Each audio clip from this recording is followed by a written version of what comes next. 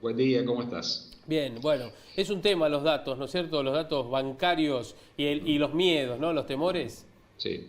Mirá, esos temores llevan a lo que se llama la exclusión financiera, ¿no? Sí. Contrariamente a todo lo que se predica de inclusión, porque los temores, efectivamente, en muchos casos, con motivos, hacen que la gente reniegue determinados medios de pago, por ejemplo, y siga manejándose en efectivo de una manera más básica, Ujú.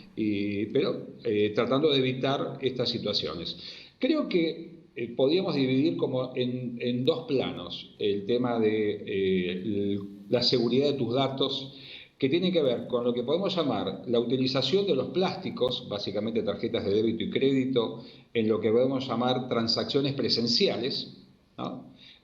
A aquellas operaciones que realizamos a distancia, ¿no?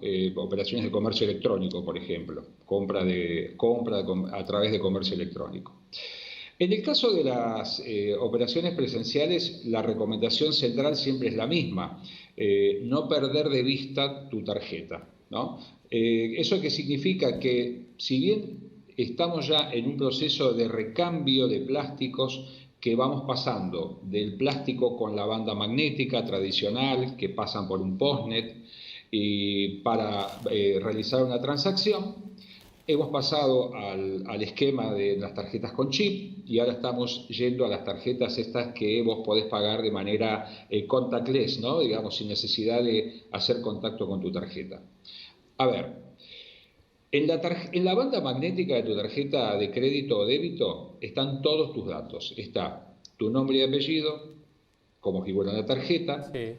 está el número de la tarjeta, esos 16 dígitos que habitualmente están en el frente con un relieve, y después falta un dato que es un dato clave, que es el dato que está al anverso, en la parte trasera de la tarjeta, que es la clave de verificación, ¿sí? El CBC, que se llama, con B corta, CBC, que son tres dígitos, un número de tres dígitos, que te sirve para validar transacciones. En una operación presencial, vos vas a un comercio, o sea, gastronomía, un restaurante o un supermercado, vos no perdés de vista la tarjeta pasa por la ranura del lector de esta tarjeta, el postnet, y en principio vos no tendrías que tener dificultades, salvo que estemos en presencia de lo que se llama un proceso de clonación de tarjetas, ¿no? Si vos ves que la conducta de la persona que toma tu tarjeta es sospechosa en el sentido de que utiliza un postnet y luego utiliza otro, ¿no? O los postnets no te merecen la seguridad del caso, es un punto a analizar, pero básicamente está limitado ahí. Los datos personales que vos tenés que proteger son los datos que figuran en la banda magnética de tu plástico. Esto es lo que se llama en la jerga el proceso de skimming, ¿no? Ujú. Skimming, que es robarte los datos a través de la lectura de la banda magnética. Esto puede pasar en comercios, como también puede pasar, sabemos que ha ocurrido y seguirá ocurriendo, en los cajeros En las automáticos, puertas, ¿no? De acceso. esto lo puede pasar en la puerta o mismo a veces pueden falsear lo que es la ranura donde Sí. vos insertás la tarjeta en el cajero automático, donde vos vas a encontrar la imposibilidad de efectuar la Extraerlo. transacción que Sí. buscas, pero mientras tanto vas dejando los rastros de tu plástico ahí para después tener problemas. Después me parece que está el otro capítulo, que es un poco lo que se viene, que es qué pasa con operaciones a distancia, ¿no?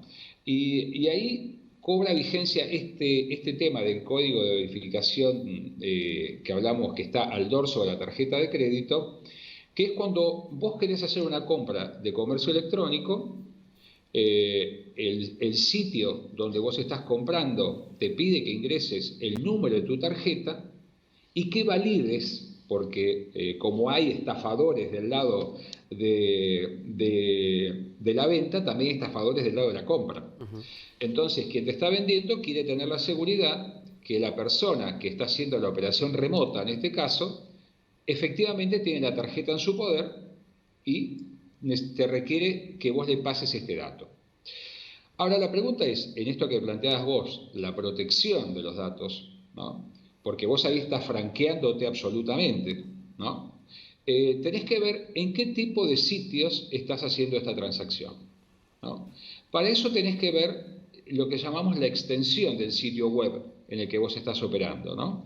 Y esos sitios tienen que empezar con la sigla HTTPS, ¿no? Que es un sitio que está validado, como son los sitios de los bancos, por ejemplo, o muchos sitios de comercio electrónico, y que tienen un candado cerrado, ¿no?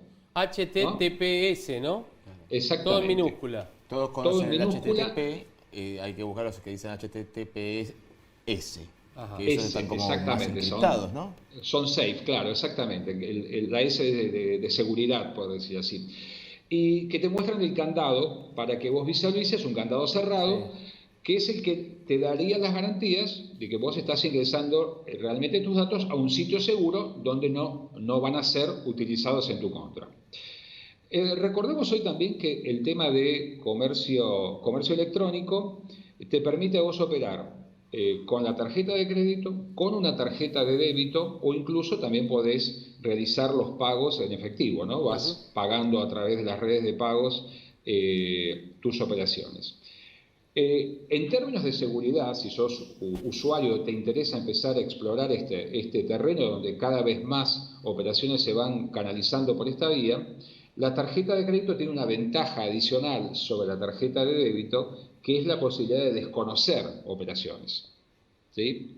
Es decir, vos podés evaluar, teniendo un seguimiento de las operaciones que vas realizando, y encontrás una operación que te resulta sospechosa porque no recordás haberla realizado, Sí, la podés rechazar. De alguna la manera. podés rechazar, Ahora, ¿no? Nicolás, tengo una pregunta.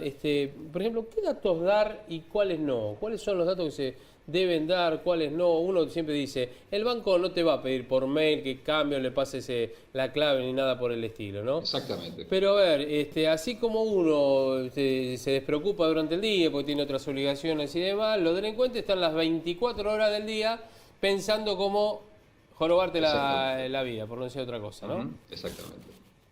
No, a ver, hay datos bancarios que a veces, por ejemplo, la gestión de Banco Central de este gobierno instaló el concepto del alias, porque hasta ahora si vos querías que alguien te transfiriera dinero, Sí. le tenías que pasar el famoso CBU, ¿no? El Sí. CBU con B larga, que es un número larguísimo, Sí. imposible de memorizar, entonces se reemplazó por el alias.